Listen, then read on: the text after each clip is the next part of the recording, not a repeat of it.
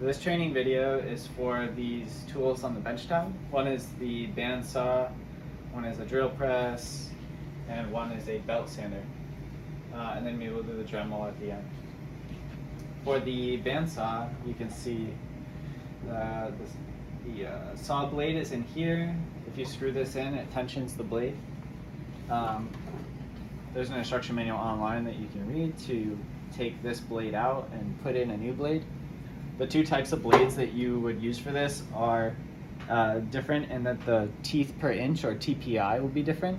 So if you're cutting something like wood, you would use a low number of teeth per inch, like 16. And if you're cutting something like metal, you would want very small teeth, like 24 or 36, something like that. There's a knob on the side which you can adjust the height of the blade holding piece, and you should do that so that it's just above your part.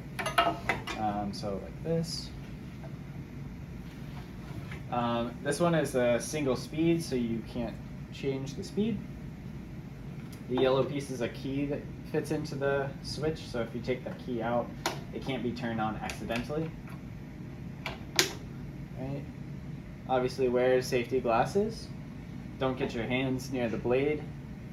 This piece is a fence, they call it a fence, and you can flip the switch and adjust the length that you wanted to cut from your piece. You could take it off and put it on the other side as well.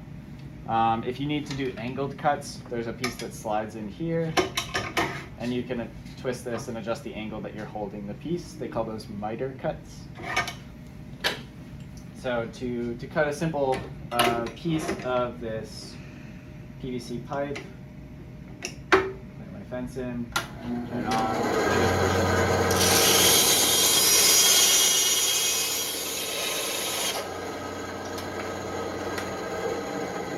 So you're making sure that your piece is flush against the fence the whole time you're pushing through so that your cut is straight. If you're just cutting a section of PVC pipe, don't use the bandsaw. Obviously you get stuff everywhere. There's this thing called a PVC pipe cutter, and it's just ratcheting, so you just push it like this.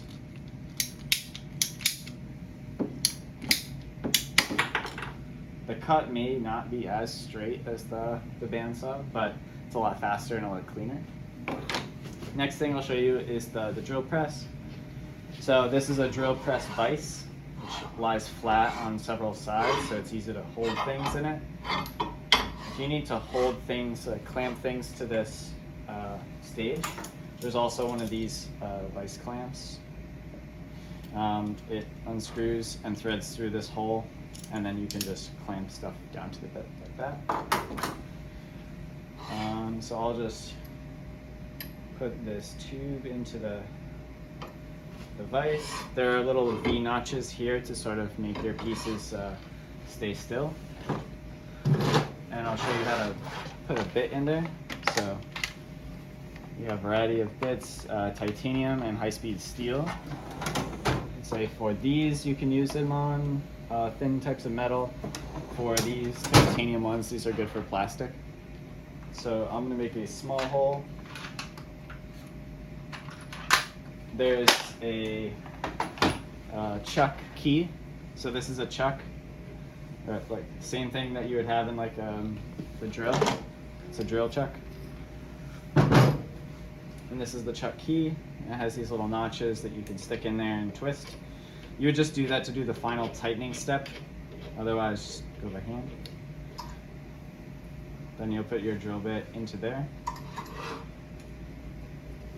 Then tighten it by hand. And then put the key in, tighten it the rest of the way. Obviously I need to move my stage down to make that. So in the back here, there's a little lever. You can loosen that to slide this stage down and then tighten it again. So it's kind of gripping onto this back pole there. Okay, kind of line up my cut. If you feel like the bit is going to grab onto that piece very strongly, then I would suggest also clamping this to the bed. But this is just kind of plastic, it's easy to cut. Also wear your safety glasses.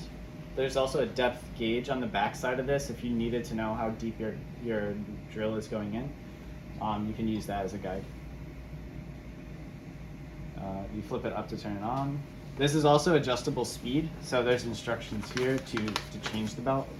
But basically, if you have soft materials, you usually want to cut faster. If you have really hard materials, you want to cut slower.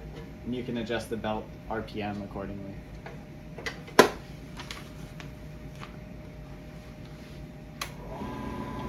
it on and just spin this to go through.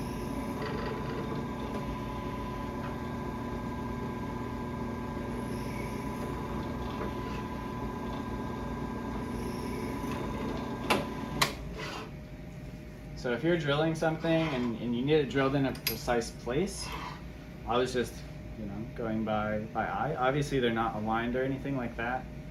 So you can use a center punch. It's kind of like a pointy metal cone. And in this tool here, you can just put your punch in one, and this little viewport in the other. And if you had a precise mark on your piece that you need to hit, you go over here and look through this lens to line it up, and then swap these and hit that with a hammer, and then you leave a little dent exactly where you needed to make a dent. And then when you put it under here, the bit has a small cone on the bottom, and it's going to locate inside that dent and make a precise placed hole. So that's the drill press. So then come over here, and here's a belt sander. So also just one speed, just flip it on. You should be aware that the belt is going to go this way and pull on the leading edge of the piece and kind of want to tilt it this way. So if you need everything to be kind of squared off, you can either hold it up against this back piece, or you can do this for a little bit and then rotate 180 and do it again. We'll just do that really quick.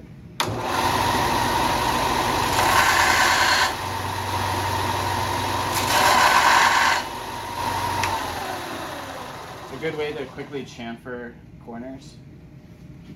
Last piece is the Dremel. So there's a bunch of Dremel tools that are located right here in this box, usually in a drawer over here. They're all held in with this little latch. And then if you want to choose a different tool to use, you just pull it out. And once you click it, they won't fall out. If you need to put a new bit in the Dremel, you just hold this, I think it's a arbor key. And that stops this from rotating freely, and will start to loosen this chuck. And you can take the bit out and put a new one. And just rotate this while you're holding the button down. And you can adjust the RPM on here. Same principle, faster speeds for soft materials. If you're worried about melting a plastic, you might choose a lower RPM. The higher RPM might start to generate a lot of heat and melt the plastic. Careful with your hands. If you need to, you can chuck it in a vise to hold it for you while you use the Dremel. Really good for if your parts are under tolerance to open a hole up a little bit bigger. These bits are diamond burr bits. It's a little bit slow.